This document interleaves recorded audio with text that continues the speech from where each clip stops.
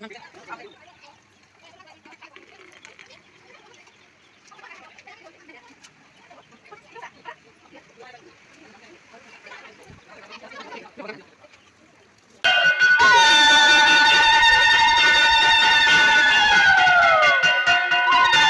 দেখো সকাল সকাল গোটা মুস্তাছি, এখানে লিউ ঘুমা রাত্রেবেলা এই জায়গার মধ্যে রাহি লিউরে।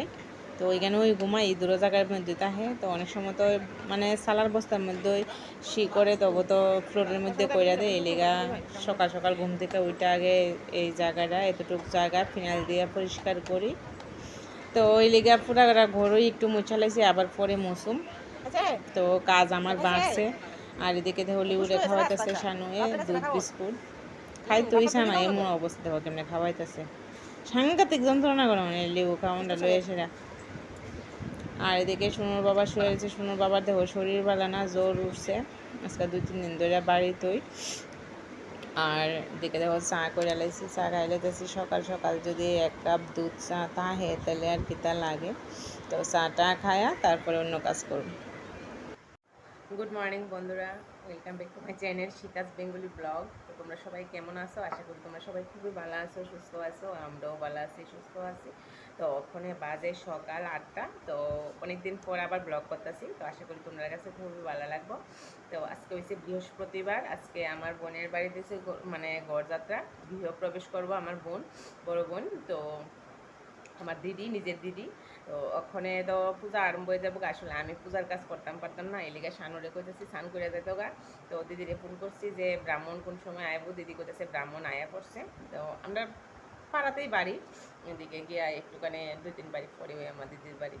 তো শানু ওখানে যাইবো গিয়ে পূজার কাজ টাজ করে যাবো। আর আমার তো ওদিকে রান্নাবান্না আছে, রান্নাবান্না করে সেরে আমি যাবো দুপুরবেলা। তো ওখানে যাইতাম না, ওখানে তো ঘরের কাজ আছে। আর দেখো সকাল বাসন টাসন সব কিছু পড়ে রয়েছে আমার। সকালবেলা বৃষ্টি নামার কারণে আমি শুয়ে হয়ে রয়েছি না, মরছি না ঘুমের থেকে। আর যার কারণ হয়েছে ঘুমাইতে হনের কারণ হয়েছে সোনুর টিচারের বাড়ি নাই, সোনুর পরীক্ষা আরম্ভ হয়েছে 1 সপ্তাহ টিচারের বাড়ি নাই। তো শুক্রবার থেকে আবার আরম্ভ হয়ে যাবো, মানে কালকের থেকে ওই। এই কারণে ঘুমাই রয়েছি আর উঠছি না। তো শুনু উঠছে না, শুনুর ওখানে ডাক দিমু, ডাক দিয়ে তুলুম। পরীক্ষা হয়েছে 8টার দিকে। তো ওখানে চা খাইয়া লই, চাটা খাইয়া একবারে বাসন টাসন লইয়া যাম গা ধুইতাম। আর শানুর বাবার শরীরটা শরীরটা ভালো না, শানুর বাবার বেশি একটা।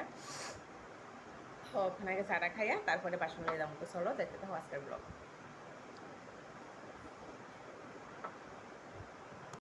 তো এই দেখো বাসনপত্র সব লইয়েছি ধোয়ানোর লেগে। আসলে রাতে যে ভাত খাইছি থাল বাসন রয়েছে সব লইয়েছি ওখানে, কারণ রাতে তো আমি ভাত খাইয়া রাখা দিয়ে করে রাত্রেবেলা আইনা দিতাম পারি না, কারণ কুয়ারপাটা অনেকটা দূর। আর খাইতে খাইতে বাজে 11:30, এই কারণে আনি না।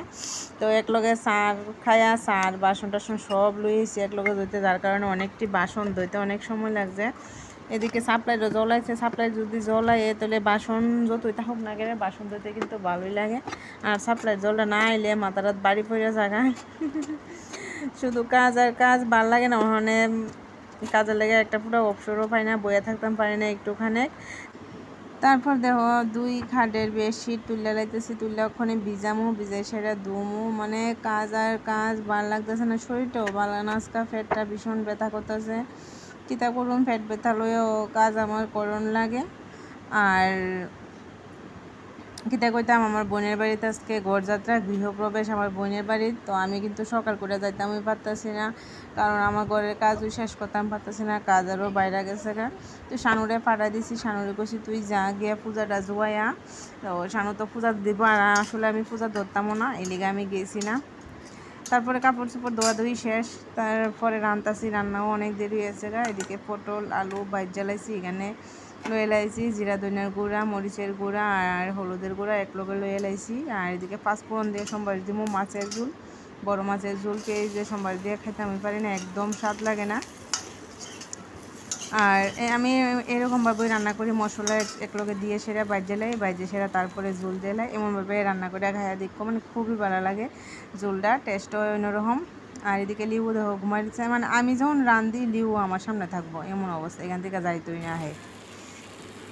এদিকে তাড়াতাড়ি রান্না করতেছি, রান্নাও দেরি হয়েছে, লিউরও ক্ষুদা লাগবে, তারপর লিউরে খাওয়াইলামও। তো হয়ে গেছে গা মাছের ঝোল, সোমবার দিয়ে লাইছি।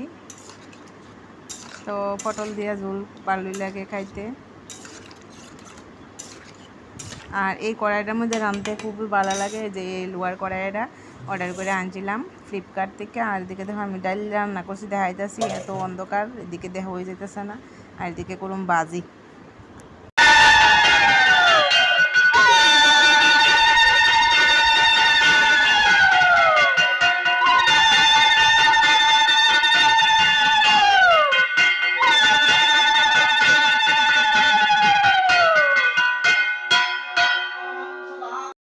এই দেখো আমার বোনের বাড়ি আয়া পড়ছি আমি। আমার একটা মানে কি অবস্থা হয়েছে, আমি আয়েসে যখন বইছি একটা চেয়ার ভাঙ্গা লইয়া পড়ে গেছি। আসলে চেয়ারটা ভালো আসলো না, চেয়ারটা আসলো ভাঙ্গা, এই কারণে পড়ে গেছি চেয়ার লইয়া। তারপরে আবার বাড়িতে গেছি, বাড়িতে গিয়ে কাপড় টাপড় সব পাল্টাইয়া তারপরে আইসি আবার। আর এদিকে দিচ্ছে দিদির, এটা হচ্ছে আসনঘর, খুবই সুন্দর হয়েছে। আর দিদির মেয়ের জামাই কিন্তু এই যে সিংহাসন দেখতেছো, সিংহাসন আনছে, তারপরে সুকেস আনছে, আনলা আনছে মেয়ের জামাই সব লইছে। আর এই ঘরে হয়েছে মানে চণ্ডী পূজাটা। আমি রুমে ঢুকতাছি না, তো ওই লিগে যার কারণে বাইরের দিকে দেখাইতেছি। রুমটি কিন্তু খুবই সুন্দর হয়েছে দিদির ঘরে। দিদির মানে টাইলসটি আমার কাছে খুবই ভালো লাগছে। ওই দেখো ডাবল সুকেস আর আনলা।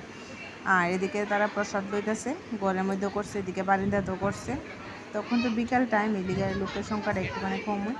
তো সানুও খাওয়ান দিতে মানে খাওয়ান বলে কিতা কই আমি প্রসাদ দিতেছে, আমিও প্রসাদ দিতেছি, মানে কেউ আর অপশন নাই। আর দিকে দেখো তো তুমি করেছো, তো তোমাদের ভিডিও কত বদ্দি করতেছে, বদ্দি আমার একটু তো তোমরা একটু ভিডিও এর মধ্যে খেলা করতেছে, দুলের মধ্যে উঠতেছে, ঘরের মধ্যে উঠতেছে, নামতেছে। তো ব্লগ করে রাখছি বৃহস্পতিবারে, এডিটই করতাম, সময় পাই না, তো ভিডিওটা আর বেশি বাড়াইতাম না আজকের মতো এই পর্যন্তই। ভালো লাগলে একটা লাইক করে দিও, তো তারপরে দিয়ে সত্যনারায়ণ আরম্ভ হয়ে দেবো। গান গাইতো না।